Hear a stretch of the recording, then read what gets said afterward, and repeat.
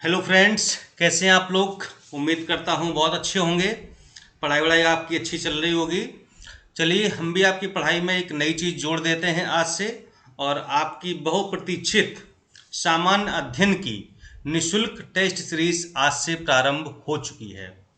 और इस सामान्य अध्ययन की टेस्ट सीरीज के अंतर्गत सबसे पहले हम लोग ज्योग्राफी खंड को स्टार्ट करेंगे, वहाँ से पढ़ेंगे। और भारत का भूगोल जो आप सामने देख रहे हैं, इंडियन ज्योग्राफी। चूँकि भूगोल के ऐसे बहुत से प्रश्न हैं जहाँ पर कन्फ्यूजन होती है, और छोटे छोटे सवाल ऐसे हैं जिनको देख करके आपको आता तो है, लेकिन मतलब कॉन्फिडेंस ना होने की वजह से या कहें कन्फ्यूजन की वजह से आते हुए प्रश्न गलत हो जाते हैं। तो आज हम लोग ज्योग्राफी से हमने स्टार्ट किया है। और पांच पांच सीरीज आपको हर विषय की देंगे। इससे ज्योग्राफी आपकी 5 सीरीज हो गई, फिर आपको हिस्ट्री की या पॉलिटी की, मतलब इस तरीके से पांच पांच सीरीज आपको हम प्रोवाइड करते रहेंगे। इसके बाद हम विषय चेंज करते रहेंगे। तो आपकी जो है, और ये जो सीरीज आपको हम दे रहे हैं, ये कोई पर्टिकुलर टॉपिक की नहीं बल्कि पूरे ज्योग्राफी की मतलब शामिल है ये। और ये कहीं से भी प्रश्न उठा लिए गए हैं। तो इस प्रश्न में आपको 4 विकल्प मिलेंगे, उसकी प्रॉपर कंप्लीट व्याख्या होगी जो कि उन चारों विकल्पों से संबंधित होगी। बहुत ही महत्वपूर्ण सीरीज है ये पीसीएस और समीक्षा अधिकारी दोनों ही परीक्षाओं के लिए अति महत्वपूर्ण प्रश्नों का संग्रह किया गया है। जो प्रश्न बार बार परीक्षा में पूछे जाते हैं, चाहे वो पीसीएस हो, लोअर पीसीएस हो, समीक्षा अधिकारी हो, या अन्य परीक्षाओं में सवाल आते हैं, तो उन्हीं को इकट्ठा किया गया है। और ये कमाल की सीरीज आप लोग के लिए बहुत ही इंपॉर्टेंट होगी। तो इसको आप लोग बहुत ध्यान से करिएगा। पहले हल करिए, आंसर दीजिए, फिर मैं जो आंसर बताऊंगा उसको आप देखिए कितने प्रश्न आपके सही हो रहे हैं। साथ ही जो व्याख्या दी जा रही, व्याख्या यहाँ पर अति महत्वपूर्ण है, बहुत इंपॉर्टेंट है। क्योंकि व्याख्या से ये मतलब एक प्रश्न की व्याख्या से कम 4 से 5 प्रश्न आपके कंप्लीट होंगे। कैसे, हम आपको सब कुछ बताएंगे। तो आज से ये देखिए नया प्रोग्राम शुरू हो गया। हम आपको पहले भी कई बार बोल चुके कि जीएस की सीरीज जल्दी लेकर आएंगे। तो आज से आपकी जीएस की सीरीज भी आ गई है। करंट अफेयर्स आपका चल ही रहा है। आपको देखिए करीब 10-11 सीरीज मिल चुकी हैं। और साथ ही जीएस का जो क्विक रिवीजन बैच है वो भी चल रहा है। सभी विषय हम साथ लेकर चल रहे हैं। बस इसमें हम यूपी स्पेशल की सीरीज को और ऐड कर देंगे, तो ये हमारा लगभग कंप्लीट पूरा पैटर्न हो जाएगा जो भी प्रोग्राम है। और साथ में हिंदी की एक बार आपको हम सीरीज करा चुके हैं, ठीक है। और तो बचा हुआ जो भी हिंदी का पोर्शन होगा तो हम फिर से आपको इसी पीपीटी के माध्यम से करा देंगे। बाकी आप लोग स्ट्रेटजी वाले वीडियो देख ही रहे कि कैसे आपको विषय पर फोकस करना है, किस तरीके से पढ़ना है। 5 दिसंबर आ गया है, पौने दो महीने मतलब कोई करीब 45-50 दिन बचे हुए हैं। तो इनमें आपको कैसे सारे विषयों को रिवीजन करना है, कैसे पढ़ना है, प्रीवियस ईयर्स के पेपर्स को कैसे हल करना है, ये सारी बातें, ठीक है। तो देखिए, प्रीवियस ईयर्स के पेपर्स तो आपको हर विषय के हल करने हैं, चाहे वो कहीं से भी करें, ठीक है। चाहे वो आप जो है से घटना से भी कर सकते हैं, अन्य कोई भी आपके पास हो। हालांकि आरओ के प्रीवियस ईयर्स के पेपर तो हम आपको उपलब्ध करवाएंगे ही, वहाँ से कर सकते हैं। अगर पीसीएस के भी आपके प्रीवियस ईयर्स के पेपर अगर आप हल कर लेते हैं पिछले 10 वर्षों के, तो मुझे लगता है कि काफ़ी इंपॉर्टेंट हो जाएगा आपके लिए और अच्छा रहेगा, काफ़ी रिविजन आपकी हो जाएगी। बाकी नोट्स वगैरह आपको मिल ही गए होंगे, नहीं मिले हैं तो आप लोग ले सकते हैं। आरओ की सीरीज भी चल रही है, बहुत इंपॉर्टेंट सीरीज है। लगभग 45 से 50 सीरीज आपको मिल रही हैं। लगभग 5000 क्वेश्चन आपको पूरी सीरीज मिलेंगे।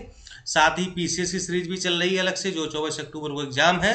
तो स्क्रीन पर नंबर दिया गया है 6393350769। इस पर आप लोग संपर्क करके और टेस्ट सीरीज या फिर नोट्स वाले ग्रुप में जुड़ सकते हैं। इस पर व्हाट्सएप कर लीजिए या फिर आप कॉल करके भी संपर्क कर सकते हैं, जिससे आपको ग्रुप में जुड़ने की पूरी प्रक्रिया बता दी जाएगी। चलिए, पहला प्रश्न लाते हैं स्क्रीन पर आपके सामने, देखते हैं कि कितने लोग इसको सही कर पाते हैं। चलिए, पहला प्रश्न आ गया है, निम्न में से कौन सा द्वीप भारत और श्रीलंका के मध्य स्थित है। एलिफेंटा द्वीप, न्यू मूर द्वीप, रामेश्वरम द्वीप या फिर लक्षद्वीप। बताइए कौन सा आंसर सही होगा। भारत और श्रीलंका के बीच में कौन सा द्वीप स्थित है। और आंसर आपका हो जाएगा रामेश्वरम। रामेश्वरम द्वीप, जिसे पम्बन द्वीप के नाम से भी जाना जाता है। पहला प्रश्न बन गया, देखिए पहली लाइन में पहला प्रश्न की रामेश्वरम द्वीप को किस और नाम से जाना जाता है, तो पम्बन द्वीप के नाम से जाना जाता है। यह है भारत के तमिलनाडु राज्य के दक्षिण पूर्वी भाग में मन्नार की खाड़ी में स्थित है। अब पूछा जाए कि भाई पम्बन द्वीप या रामेश्वरम द्वीप कहाँ स्थित है, तो ये मन्नार की खाड़ी में, यानी कि तमिलनाडु के दक्षिण पूर्वी भाग में जो मन्नार की खाड़ी है वहां पर ये स्थित है। दूसरा प्रश्न तैयार हो गया। न्यूमूर द्वीप भारत और बांग्लादेश के बीच बंगाल की खाड़ी में स्थित है। तीसरा प्रश्न हो गया, ठीक है। तो न्यूमूर द्वीप कहां पर है? भारत और बांग्लादेश के बीच में है। कहां पर? बंगाल की खाड़ी में। तो एक ही प्रश्न से कैसे आपने 4-5 निशाने मार दिए। बस यही आपकी जीएस की सीरीज होगी जो बहुत ही इंपॉर्टेंट होगी। आगे भी आप देखेंगे जो नई नई सीरीज आएंगी उसमें और आपको अपग्रेड मिलेगा। क्वेश्चन सेकंड आ गया, मरकत द्वीप जिसको एमराल्ड आइलैंड के नाम से भी जाना जाता है प्रसिद्ध है। लक्षद्वीप, अंडमान निकोबार द्वीप, दमन एवं दीव या फिर न्यूमूर द्वीप। यानी कि मरकत द्वीप, इनमें से जो 4 नाम दिए गए हैं इनमें से किसका नाम मरकत द्वीप है या एमराल्ड आइलैंड भी कहा जाता है? और आंसर आपका हो जाएगा अंडमान निकोबार द्वीप। यानी कि अंडमान निकोबार द्वीप को मरकत द्वीप या फिर एमराल्ड आइलैंड के नाम से भी जाना जाता है। तो व्याख्या देख लेते हैं। अंडमान निकोबार द्वीप समूह भारत का एक केंद्र शासित प्रदेश है जो बंगाल की खाड़ी के दक्षिण में, ध्यान दीजिए कहां पर? बंगाल की खाड़ी के दक्षिण में हिंद महासागर में स्थित है। इसकी राजधानी पोर्ट ब्लेयर है। इसे मरकत या मरकट द्वीप के नाम से भी जाना जाता है, ठीक है। तो आप देखा कि 3-4 प्रश्न कैसे तैयार हो गए कि ये कहां पर स्थित है? हिंद महासागर में और बंगाल की खाड़ी के दक्षिण में है। राजधानी कहां पर इसकी है? पोर्ट ब्लेयर है। और मरकट या मरकत द्वीप के नाम से इसे जाना जाता है। क्वेश्चन नंबर 3, क्षेत्रफल की दृष्टि से देश के 3 सबसे छोटे राज्यों का आरोही क्रम है। तो हमारे देश के सबसे 3 छोटे राज्य हैं तो उनका आरोही मतलब पहले सबसे कम, फिर उससे ज्यादा, फिर उससे ज्यादा, यानी कि बढ़ता हुआ। तो क्षेत्रफल सबसे कम किस राज्य का है आपको पता ही होगा। तो आप क्रम लगाइए, कौन सा होगा मैं बता देता हूं। और आंसर आपका है बी, यानी कि गोवा, सिक्किम और त्रिपुरा। सिक्किम का क्षेत्रफल सबसे कम है, इससे ज्यादा गोवा का सबसे कम है, सिक्किम का उससे ज्यादा और त्रिपुरा का उससे ज्यादा। तो भारत में वर्तमान में 28 राज्य हैं और 8 केंद्र शासित प्रदेश हैं। ध्यान रखिए कितने? 28 राज्य हैं और आपके 8 केंद्र शासित प्रदेश हैं। क्षेत्रफल की दृष्टि से 5 सबसे छोटे राज्य हैं, गोवा, सिक्किम, त्रिपुरा, नागालैंड और मिजोरम। जबकि क्षेत्रफल के अनुसार सबसे बड़ा राज्य कौन सा है? राजस्थान है। तो देखा आपने कि एक ही प्रश्न में कैसे 4-5 प्रश्न तैयार हो रहे हैं। बस इस सीरीज को आपके करने में बहुत मजा आएगा। और जिसने ये सीरीज अगर कर ली हमारे साथ पूरी सारी सीरीज, तो मुझे लगता है कि उसका उस जो है सब्जेक्ट से कोई प्रश्न गलत नहीं होगा। इसलिए बहुत ध्यान से आप लोग इस सीरीज को करिएगा और पहले आप स्वयं आंसर गैस करें, वीडियो को पॉज कर लें और फिर आप हमारा उत्तर देखें और फिर व्याख्या देखें। क्वेश्चन नंबर 4, भारत के किस राज्य की सीमा बांग्लादेश से नहीं लगती है? मिजोरम, त्रिपुरा, मणिपुर या मेघालय। तो बताएं कि बांग्लादेश से किस राज्य की सीमा नहीं लगती है? और वो है आपका मणिपुर। चूंकि मणिपुर नीचे लटका हुआ है तो वो बांग्लादेश से नहीं लगता है। बांग्लादेश की सीमा भारत के 5 राज्यों से लगती है। ध्यान रखिएगा कितने राज्यों से? 5 राज्यों से। पहला प्रश्न तैयार हो गया। भारत से लगे बांग्लादेश से लगे 5 राज्य कौन से हैं? पश्चिम बंगाल, मेघालय, त्रिपुरा, मिजोरम और असम। ये 5 राज्य हैं, बंगाल, मेघालय, त्रिपुरा, मिजोरम और असम। मणिपुर की सीमा बांग्लादेश से नहीं लगती है। क्वेश्चन नंबर 5, पौंडीचेरी केंद्र शासित प्रदेश निम्नलिखित में से कितने राज्यों में अवस्थित है? जो हमारा पौंडीचेरी जो यूनियन टेरिटरी है तो वो भारत के कितने राज्यों में फैला हुआ है या कितने राज्यों में उसकी सीमाएं फैली हैं, अवस्थित है? 1, 2, 4 या फिर 3? और आंसर आपका है 3 राज्यों में ये। तो पौंडीचेरी केंद्र शासित प्रदेश 3 राज्यों में फैला हुआ है। यानी जो पौंडीचेरी का जिला है यमन, एक तो इसका जिला है यमन, वो आंध्र प्रदेश में आता है। दूसरा है कराईकल, वो आपका तमिलनाडु में आता है। और तीसरा जिला है माहे, जो कि केरल में आता है। तो इस प्रदेश में कुल 4 जिले हैं। कौन से? पुडुचेरी, येनम, कराईकल और माहे। तो पुडुचेरी इन 4 पृथक जिलों से ही मिलकर के बना है। तो पुडुचेरी अपने आप में एक जिला है। इसके बाद जो यमन जिला है वो आंध्र प्रदेश की सीमा के अंतर्गत आता है। कराईकल जिला है वो तमिलनाडु की सीमा के अंतर्गत आता है। माहे है वो आपका केरल की सीमा के अंतर्गत आता है। तो इस प्रकार से आंध्र प्रदेश के 4 जिले 3 राज्यों में फैले हुए हैं।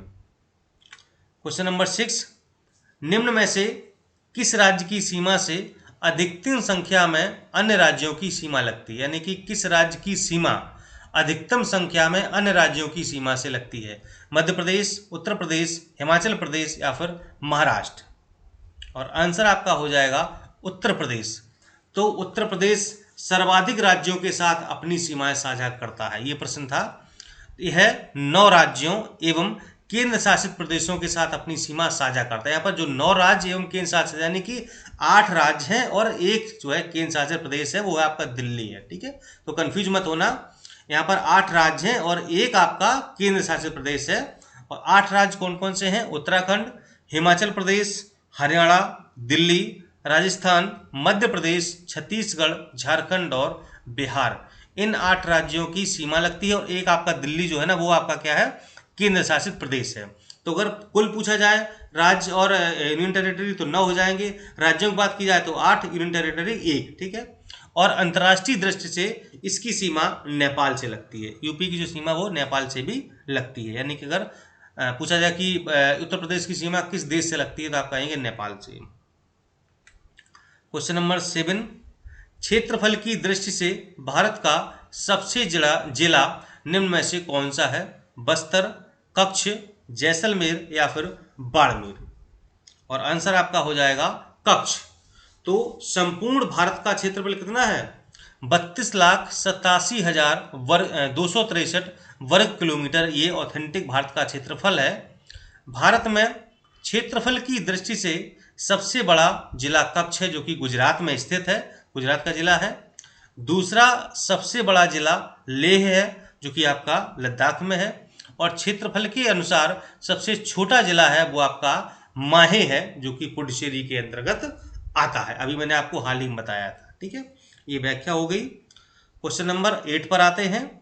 वह कौन सा राज्य है जिसकी स्थलीय सीमा एक ओर चीन से तथा दूसरी ओर पाकिस्तान से मिलती है? तो बताएं वो कौन सा राज्य है जो एक ओर तो चीन से, दूसरी ओर पाकिस्तान से मिलता है? और इसका आंसर आपका है जम्मू और कश्मीर। जम्मू कश्मीर 31 अक्टूबर 2019 से एक केंद्र शासित प्रदेश बन गया है, जिसकी सीमा अफगानिस्तान, पाकिस्तान और चीन से लगती है। वर्तमान में जम्मू कश्मीर में 20 जिले। ध्यान रखिएगा, पहले क्या था? ये एक राज्य था, है ना, कुछ विशेष राज्य का दर्जा इसको दिया गया था अनुच्छेद 370 के अंतर्गत। तो 31 अक्टूबर को हमारे देश के माननीय प्रधानमंत्री मोदी जी ने इसको क्या किया? बिल्कुल 370 को खत्म कर दिया और इसे एक यूनियन टेरिटरी यानी कि केंद्र शासित प्रदेश बना दिया। कब? 31 अक्टूबर 2019 को। और इसकी सीमाएं हैं वो 3 देशों यानी कि अफगानिस्तान, पाकिस्तान और चाइना से लगती है। और अगर पूछा जाए कि वर्तमान में जम्मू कश्मीर में कितने जिले हैं, तो आप कहेंगे कि 20 जिले हैं जम्मू कश्मीर में। चलिए क्वेश्चन नंबर 9 की ओर चलते हैं। भारत की तट रेखा की कुल लंबाई लगभग, ध्यान कि तट रेखा की पूछी गई है। भारत की तट रेखा की कुल लंबाई कितनी है? 3500 किलोमीटर, 7516 किलोमीटर, 6000 किलोमीटर या 9500 किलोमीटर? और आंसर आपका हो जाएगा 7516 किलोमीटर, यानी 7516 किलोमीटर। तो भारत की तटीय सीमा की लंबाई 6100 किलोमीटर है। जबकि द्वीप, देखिए अब यहाँ पर मैंने तो आपको बिल्कुल क्लियर कर दे रहा हूँ, जबकि द्वीपों सहित देश की कुल तटीय सीमा 7516.6 किलोमीटर है। यानी कि अगर सिर्फ भारत के जो राज्य हैं, अगर उनकी बात की जाए कि उनकी तटीय जो सीमा कितनी है, तो वो 6100 किलोमीटर है। लेकिन अगर पूछे द्वीप, जैसे हमारे द्वीप, आपका लक्षद्वीप है, वो समुद्र में स्थित है, आपका अंडमान निकोबार द्वीप हमारा है, तो वो है। तो अगर उनकी भी सीमा को मिला लिया जाए, क्योंकि उनके किनारे भी तो तट है, अगर उनकी तटीय सीमा को भी मिला लिया जाए तो हो जाएगा 7516.6 किलोमीटर। लेकिन सिर्फ अगर राज्यों की बात की जाए द्वीपों को छोड़ करके, तो होगी 6100 किलोमीटर। तो ये दोनों आंकड़े अलग अलग हैं, इनको आप ध्यान में रखिएगा। भारत की स्थलीय सीमा की लंबाई है 15,200 किलोमीटर। यानी कि अगर स्थल की बात की जाए कि स्थल से जो है मतलब कि जो भारत देश है, उसके राज्य हैं, तो स्थल के द्वारा कितने देशों से मिलते हैं, कितने किलोमीटर तक मिलते हैं, तो वो सब मिलाकर के आपका जितने भी राज्य, आपके हमारे जो राज्य हैं, जो अन्य देशों के साथ अंतर्राष्ट्रीय सीमा बनाते हैं, स्थलीय सीमा बनाते हैं, तो वो लंबाई आपकी है 15,200 किलोमीटर। और जो गुजरात की तटीय सीमा है वो सबसे ज़्यादा लंबी है। ठीक है, यही पूछा जाता है कि निम्न में से किस राज्य की तटीय सीमा सबसे अधिक है या सबसे अधिक लंबी है, वो आपका हो जाएगा Gujarat. Question number 10, 9 degree channel किन्हें अलग करता है? उत्तरी अंडमान और दक्षिणी अंडमान को, कार निकोबार और ग्रेट निकोबार को, लक्षद्वीप और मनिकाय को, लिटिल अंडमान और कार निकोबार को। आंसर इसका हो जाएगा आपका सी, लक्षद्वीप और मिनिकाय को। जो 9 डिग्री चैनल है वो लक्षद्वीप और मिनिकाय को अलग करता है, जबकि 8 डिग्री चैनल मालदीव और मिनिकाय को अलग करता है। 10 डिग्री चैनल छोटे अंडमान यानी कि लिटिल अंडमान को कार निकोबार से अलग करता है। तो ये 8, 9, 10 तीनों को याद रखिएगा कौन किसको यहाँ से अलग करता है। क्वेश्चन नंबर 11, निम्नलिखित में से किस देश की सीमा भारत से नहीं मिलती है? पाकिस्तान, नेपाल, श्रीलंका या फिर बांग्लादेश। तो विकल्प आपका सी सही है, श्रीलंका की सीमा भारत से नहीं मिलती है। समुद्र पार भारत का सबसे निकट पड़ोसी देश श्रीलंका है, यानी कि चूंकि बीच में समुद्र है तो हमारी सीमा इससे नहीं मिलती है, जो पाक जल संधि द्वारा भारत की मुख्य भूमि से अलग होता है। यानी कि भारत और श्रीलंका के बीच में जो जल संधि है उसे पाक जल संधि के नाम से जाना जाता है। पाक जल संधि भारत के तमिलनाडु और श्रीलंका के उत्तरी प्रांत के जाफना जिले के बीच स्थित एक जल संधि है। यही पूछा जाए कि पाक जल संधि कहाँ पर है, तो जो भारत का जो तमिलनाडु राज्य है और श्रीलंका का एक राज्य है जाफना, मतलब वो जो श्रीलंका का उत्तरी प्रांत है तो एक वहाँ पर जाफना जिला पड़ता है। तो जाफना जिले के और तमिलनाडु के बीच में जो जल संधि है जिसके द्वारा दोनों देश अलग होते हैं उसी को पाक जल संधि के नाम से जाना जाता है। आगे बढ़ते क्वेश्चन नंबर 12 पर, भारत के किस प्रदेश की सीमाएं 3 देशों क्रमशः नेपाल, भूटान एवं चीन से मिलती हैं? अरुणाचल प्रदेश, मेघालय, पश्चिम बंगाल या फिर सिक्किम। और आप इसमें आंसर हो जाएगा आपका सिक्किम, कि सिक्किम की सीमाएं तीनों देशों से नेपाल, भूटान, चीन से मिलती हैं। सिक्किम राज्य को संसद द्वारा, बहुत ही इंपॉर्टेंट आपको व्याख्या बताने जा रहे हैं, पीसीएस से पता नहीं कितने बार यहां से प्रश्न पूछा गया है और आरओ में भी। सिक्किम राज्य को संसद द्वारा 35वें संविधान संशोधन अधिनियम 1974 और 36वें संविधान संशोधन अधिनियम 1975 को पारित करके क्रमशः सह राज्य और फिर देश के 22वें पूर्ण राज्य का दर्जा दिया गया। ध्यान रखिएगा यहाँ पर 2 संविधान संशोधन हुए हैं, एक 35वां हुआ 1974 में, तो सिक्किम को सह राज्य का दर्जा दिया गया। ध्यान रहे, 35वें संविधान संशोधन अधिनियम 1974 के द्वारा सिक्किम को सहराज्य का दर्जा दिया गया, जबकि 36वें संविधान संशोधन अधिनियम 1975 के द्वारा अगले ही साल सिक्किम को देश का पूर्ण राज्य बना दिया गया, देश को पूर्ण राज्य का दर्जा दे दिया गया और ये बना था आपका 22वां राज्य। भारत का 22वां राज्य कौन सा था? सिक्किम बना था। किस संविधान संशोधन द्वारा? 36वें। कब हुआ था? 1975 में हुआ था। और इसकी सीमा नेपाल, भूटान और चाइना से मिलती हैं। क्वेश्चन नंबर 13, भारत की प्रादेशिक जल सीमा है 5 समुद्री मील, 12 समुद्री मील, 15 समुद्री मील या 2 समुद्री मील। समुद्री मील को नॉटिकल मील भी कहते हैं और आंसर आपका है 12 समुद्री मील। तो भारत हिंद महासागर में सबसे लंबी तट रेखा वाला देश, यानी कि जो हिंद महासागर से हमारी जो तट रेखा है, इतनी किसी भी देश की तट रेखा लंबी नहीं है जितनी कि भारत की तट रेखा है हिंद महासागर में। और जो ये क्या प्रादेशिक जल सीमा है, ये तट और आधार रेखा के बीच जो जल होता है उसे आंतरिक जल कहते हैं। मैं देखिए आपको यहाँ पर समझा रहा हूँ थोड़ा सा। ये देखिए यहाँ पर कहा गया है कि तट और आधार रेखा के बीच जो जल होता है उसे आंतरिक जल कहते हैं। ठीक, अब देखिए मान लेते हैं कि आपका समुद्र का जो तट है ना वो इस तरह से कटा फटा होगा, इस तरीके से। ठीक है, इस तरह से कटा फटा होगा ना, इस तरह से, इस तरह कटा फटा होगा। ठीक, अब क्या है, यहाँ तो क्या है, ये पूरा समुद्र है, यहाँ पर क्या है, ये पूरा क्या है, ये तो पूरा पानी भरा हुआ है। ठीक है, यहाँ पर हमारा ये भारत देश है। ठीक है, ये लेकिन जो इसका किनारे का तट है ना वो इस तरीके से यहाँ कटा है, ये फटा है। ठीक है, आप जो देख रहे हैं ना ये सब का कटा फटा हुआ है, देख रहे हैं ना आप, इस तरह के ये कटा फटा है। तो इन्होंने क्या कहा गया है कि तट और आधार रेखा के बीच, अब ये तट है आपके, ठीक है, ये तट है, तो हमने क्या किया, ऐसी रेखा खींच दी है। ये, ठीक है। इस तरह से हमने ये एक रेखा खींच दी इस तरीके से, ठीक है। अब क्या है, जो यहाँ पर पानी भरा होगा, ये जो पानी भरा हुआ ना, यहाँ पर पानी भरा हो, क्योंकि यहाँ पर कहीं तो जमीन है ना, ये जमीन है, ये जमीन है, ये जमीन है, ये जमीन है, ठीक है। और ये ज़मीन है, ये यहाँ पर पूरी भूमि है, स्थलीय भूमि है, यहाँ पर पानी भरा हुआ है, ये ठीक है। तो जो ये वाला जल है ना, ये वाला जल, इसी को कहा जाएगा आंतरिक जल, यानी कि तट और आधार रेखा के बीच, ठीक है।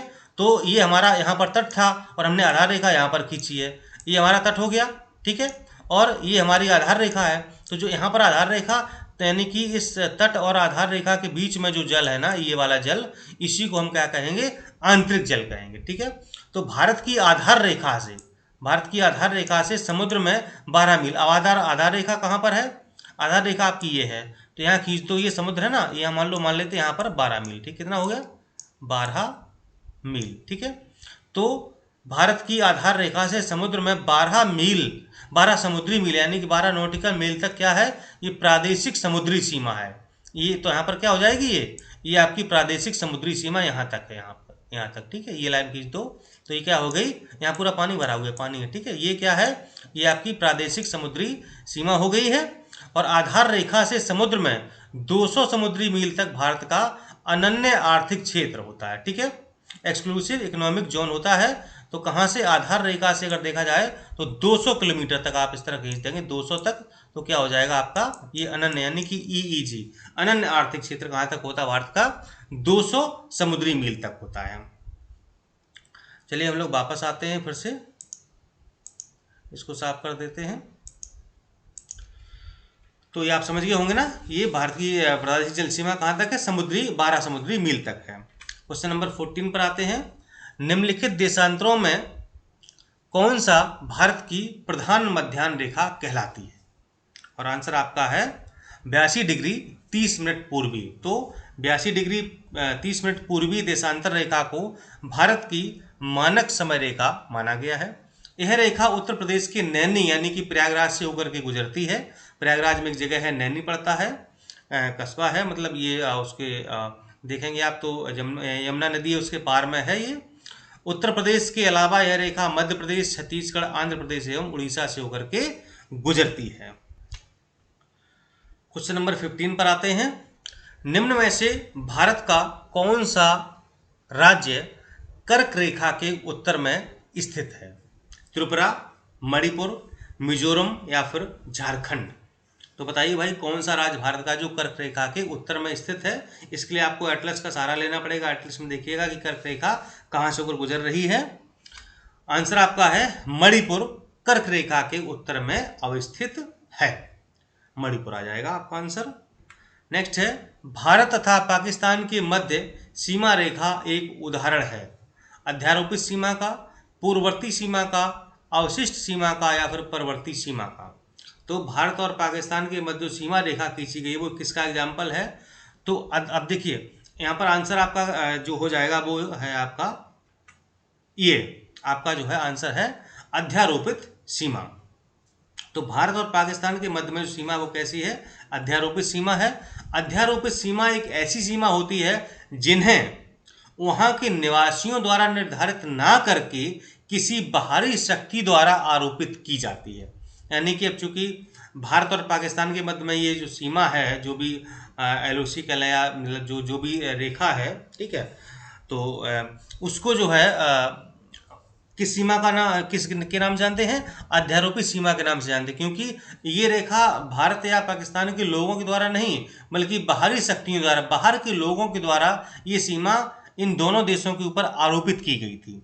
भारत एवं पाकिस्तान के मध्य अंतर्राष्ट्रीय सीमा का निर्धारण रेड क्लिफ के द्वारा होता है, इसको LOC भी कहते हैं, रेड क्लिफ रेखा के द्वारा किया जाता है। तो रेड क्लिफ रेखा ये जो है एक अंग्रेज थे, तो उनके द्वारा ये जो निर्धारित की गई थी, तो उन्होंने इसको मतलब दोनों देशों पर थोप दिया था, कहें मतलब शुद्ध भाषा में, तो इसलिए इसको अध्यारोपित सीमा का एग्जाम्पल माना जाता है। क्वेश्चन नंबर 17, जनसंख्या की दृष्टि से भारत का विश्व के देशों में कौन सा स्थान है। जनसंख्या की दृष्टि आपको पता ही होगा, दूसरा स्थान है। तो जनसंख्या की दृष्टि से भारत विश्व में दूसरे स्थान पर है। जनसंख्या के अनुसार शीर्ष 5 देश हैं। चीन प्रथम है, भारत दूसरे स्थान पर है, संयुक्त राज्य अमेरिका तीसरे स्थान पर है, इंडोनेशिया चौथा और पाकिस्तान आता है पांचवा। जबकि क्षेत्रफल की दृष्टि से भारत विश्व में सातवां बड़ा देश है। ठीक है, यानी कि क्षेत्रफल की दृष्टि से देखा जाए तो भारत का स्थान सातवां आता है। तो भारत से पहले 6 देश कौन से हैं, अगर आपको क्रम पता है तो आप लोग क्रम जरूर लगाइएगा। ठीक है, कि भारत से, चलिए मैं एक हिंट दे रहा हूँ, रूस का क्षेत्रफल सबसे ज़्यादा है और इसके बाद आप रूस से लेकर के 6वें नंबर पर देश हैं। 6 देशों का क्रम बताइएगा, क्योंकि 7वें पर आपका भारत आ जाता है। तो अगर आपको जानकारी हो तो जरूर कमेंट में बताइएगा कि वो 6 कौन से देश हैं जो कि भारत से ज़्यादा क्षेत्रफल रखते हैं, वो भी क्रम से बताइएगा। क्वेश्चन नंबर 18, कर्क रेखा किस राज्य से नहीं गुजरती है? राजस्थान, छत्तीसगढ़, गुजरात या फिर आंध्र प्रदेश। और देख लेते हैं भारत में कर्क रेखा, ये कर्क रेखा आंध्र प्रदेश से होकर के तो नहीं गुजरती है, लेकिन अगर भारत में देखा जाए कि भारत में कर्क रेखा 8 राज्यों, कहाँ कहाँ से? गुजरात, राजस्थान, मध्य प्रदेश, छत्तीसगढ़, झारखंड, पश्चिम बंगाल, त्रिपुरा और मिजोरम से होकर के गुजरती है। और ये कर्क रेखा भारत को 2 भागों में विभाजित कर देती, चूंकि ये 20 से होकर के गुजरती है भारत के। ठीक है, लेकिन आंध्र प्रदेश से रेखा ये नहीं गुजरती, बाकी तीनों राज्यों से गुजरती है। बाकी टोटल 8 राज्य हैं, वो आपने देख लिए हैं। क्वेश्चन नंबर 19, भारत का दक्षिणतम बिंदु कहाँ है? कन्याकुमारी, इंदिरा पॉइंट, रामेश्वरम या फिर छोटा निकोबार। व्याख्या आपका है, आंसर देख लें। इंदिरा पॉइंट ये दक्षिणतम बिंदु है। तो भारत का दक्षिणतम बिंदु कैप कोमोरिन यानी कि तमिलनाडु के कन्याकुमारी में स्थित है इंदिरा पॉइंट। वहीं मुख्य भूमि से दूर दक्षिणतम बिंदु इंदिरा पॉइंट अंडमान और निकोबार द्वीप समूह में स्थित है। भारत का उत्तरी बिंदु इंदिरा कॉल जम्मू कश्मीर में है। तो इसको आप पहले समझ लीजिए कि यहाँ पर मतलब क्या लॉजिक लगाया गया है कि जो भारत का दक्षिणतम बिंदु है वो आपका केप कमोरिन है। कहाँ पर है? तमिलनाडु में एक जिला है, वो है कन्याकुमारी। कन्याकुमारी में एक स्थान है केप कोमोरिन। ये बात देखिए स्थल की हो रही है। अगर स्थल पर पूछा जाए तो ये स्थल पर सबसे दक्षिणतम बिंदु कौन सा है? Cap Comorin. केप कोमोरिन कहाँ स्थित है? कन्याकुमारी। कन्याकुमारी कहाँ है? तमिलनाडु का एक जिला या स्थान है। ठीक है, वहीं मुख्य भूमि से दूर, अगर मुख्य भूमि से पूछा जाए कि मतलब एकदम लास्ट में कौन सा है, तो आपका आएगा इंदिरा पॉइंट। ठीक है, चूंकि विकल्प में कोमोरिन था नहीं। ठीक है, तो इंदिरा पॉइंट कहाँ पर है? ये अंडमान निकोबार द्वीप समूह में जो बड़ा निकोबार है वहां पर स्थित है। यानी बड़ा निकोबार मतलब लास्ट में एकदम से दक्षिण में जो आप देखेंगे मैप में, तो जो दक्षिण में जो छोटा सा द्वीप बना हुआ है उसे कहा जाता है बड़ा निकोबार। तो बड़ा निकोबार में कौन सा बिंदु है? इंदिरा पॉइंट है, जो कि सबसे दक्षिणतम है।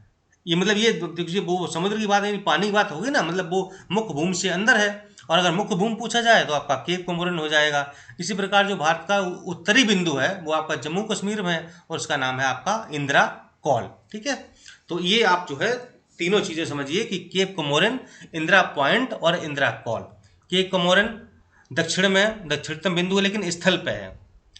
इंदिरा पॉइंट दक्षिणतम बिंदु है लेकिन ये मुख्य भूमि से अंदर यानी समुद्र में है। और इंदिरा कॉल ये आपका भारत का उत्तरतम यानी कि उत्तरी बिंदु है। और दोस्तों इस प्रकार आज का लास्ट क्वेश्चन आ गया है। यहाँ इस सीरीज में आपको 20 क्वेश्चन ही मिलेंगे और अगर आप लोग पसंद करेंगे, डिमांड करेंगे तो इस प्रश्नों की संख्या बढ़ाई भी जाएगी। अभी आपको पहली सीरीज जीएस की तो आपको 20 क्वेश्चन दिए गए हैं। प्रश्न सुन लीजिए, भूगोल के पिता की उपमा किसे प्रदान की गई है? पोलिडोनियन, रेट जल्ले, हिकैटियस या फिर अरस्तु। देखते हैं कि इस लास्ट क्वेश्चन का जवाब कितने लोग सही देते हैं। आप लोग बताइए, फटाक से आप लोग कमेंट कर दीजिए। पहले देखते हैं कितने लोग सही आंसर देते हैं।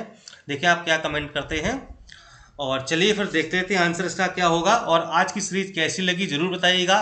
इसमें क्या सुधार हो सकता है, क्या इम्प्रूवमेंट हो सकता है, आप इसमें क्या ऐड कराना चाहते हैं, क्या हटवाना चाहते हैं और आपके सुझाव क्या हैं। क्या सीरीज ये चलती रहनी चाहिए या इसको मतलब क्या आपको करना है? जो भी आपके सुझाव हैं, आपके सुझावों के अनुसार ही इस सीरीज को कंटिन्यू किया जाएगा। और प्रश्नों की संख्या आप कहेंगे तो उसमें 25-30 भी हो जाएगी, कोई दिक्कत नहीं है। लेकिन मुझे लगता है कि अगर आप मतलब 20 से 25 रहे तो ठीक रहता है। और मतलब चूंकि सीरीज आपको कोई ना कोई डेली मिलती है, ठीक है, तो अगर आपको 2 सीरीज भी रोज हल करते रहेंगे तो मतलब अच्छा है आप लोग के लिए। बाकी एक टॉपिक भी देखते रहे तो वो भी अच्छी बात है। तो इस तरह पूरा आपका जीएस कंप्लीट होता रहेगा। आंसर आपका है हिकैटियस। तो हिकैटियस को भूगोल का जनक कहा जाता है, जिन्होंने सर्वप्रथम स्थल भाग को सागरों से घिरा हुआ माना तथा 2 महादेशों के बारे में अपना ज्ञान दिया था। ये हिकैटियस साहब थे। इनके बारे में अगर बहुत ज़्यादा जानकारी आपको चाहिए तो आप गूगल कर सकते हैं इनके बारे में, ठीक है। तो ये इन्होंने कॉन्सेप्ट दिया था कि जो हमारा स्थल भाग है वो बहुत जो है स्थल भाग इस सागरों से घिरा हुआ था, तथा जो पूरा जो है ना वो 2 महादेशों के बारे में, इन 2 महादेश यहाँ पर हैं, इस बारे में उन्होंने अपना कुछ ज्ञान बांटा था, ज्ञान बताया था, जानकारी दी थी। तो इस तरह आपके आज के हो गए 20 प्रश्न ये सवाल। और कैसी आपको सीरीज लगी जरूर बताइएगा। और इसी प्रकार हम लोग जल्दी जल्दी सीरीज हल करते रहेंगे। करंट अफेयर, जीएस की, यूपी स्पेशल की, हिंदी की सारी, और जीएस की रिवीजन चलती रहेगी। बाकी आपको स्ट्रेटजी भी बताई जाएगी बीच बीच में, ताकि 5 दिसंबर के लिए आप बहुत अच्छे से तैयार हो सकें और आने वाली समीक्षा अधिकारी और पीसीएस की परीक्षा को क्रैक कर सकें। बहुत बहुत शुभकामनाएं। धन्यवाद। जय हिंद, जय भारत।